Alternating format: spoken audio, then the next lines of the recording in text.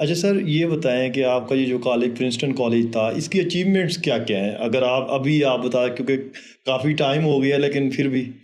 اچھا، اس کی اچیومنٹس میں ایک تو سب سے بڑی اچیومنٹ آپ کو بتاؤں کہ یہ واحد ادارہ ہے، آپ کو کہوں کہ پورے پنجاب میں یا کہوں پورے پاکستان میں، اگر کوئی اور ادارہ ہے تو یہ انٹرویو جائے گا، وہ چیلنج کر سکتے ہیں۔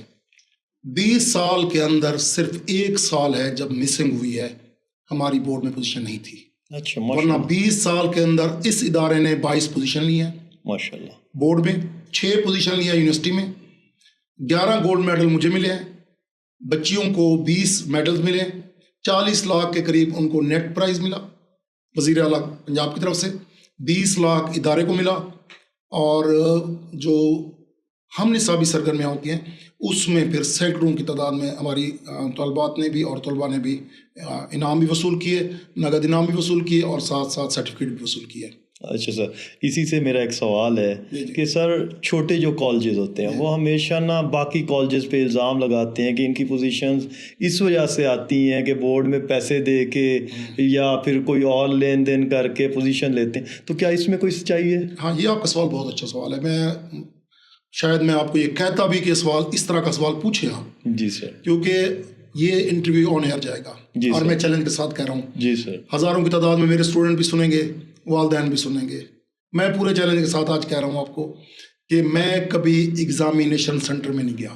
اچھا ماشاء اللہ۔ میں نے اپنی زندگی میں کسی ایک بچے کے لیے کسی سپریڈنٹ کو یا کسی نگران کو کال نہیں کی۔ ٹھیک ہے ماشاء اللہ۔ میرے کسی ایک بچے کے نمبروں میں حرام کا ایک نمبر بھی شامل نہیں ہے۔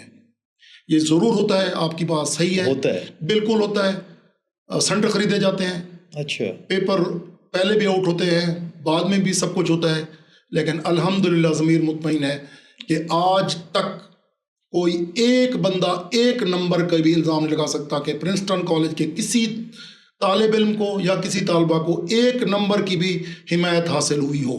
حتیٰ کہ میرے کلاس فیلو سپرنٹینڈنٹ بن کے آئے جو تو میں نے ان کو کہا کہ جب پیپر ختم ہو جائیں گے پھر ہماری آپ کی ملاقات ہوگی، اس دوران میں آپ سے نہیں ملوں گا۔ ماشاء اللہ۔